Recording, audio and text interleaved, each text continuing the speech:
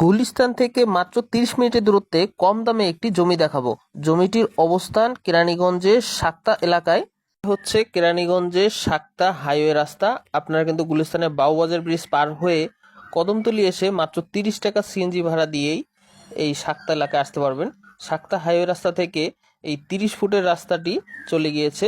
এখান থেকে মাত্র 5 মিনিট হাঁটা পথেই কিন্তু জমিতে যাওয়া যাবে ইনশাল্লাহ।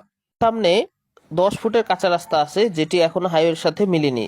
যখন এটি হাইওয়ের রাস্তার সাথে মিলে যাবে তখন এই জমির ভ্যালু হবে আকাশচুম্বী।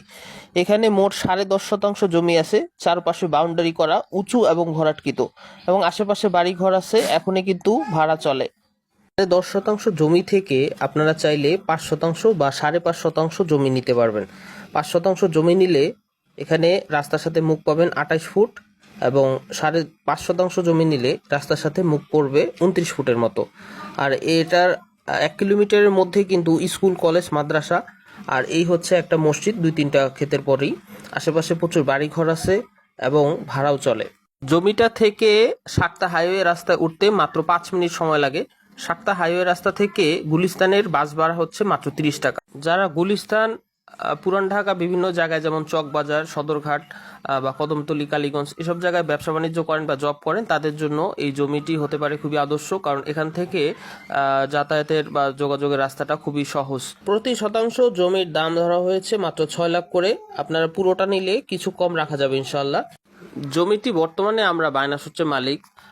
বায়না করার কারণটা হচ্ছে অনেক সময় মালিকরা দেখা যায় যে বেশি দামে বিক্রি করতে চায়। আমরা চেষ্টা করব স্বল্প দামে বা প্রচলিত দামে জমিটি সাধারণের মাঝে বিক্রি করার জন্য ইনশাল্লাহ।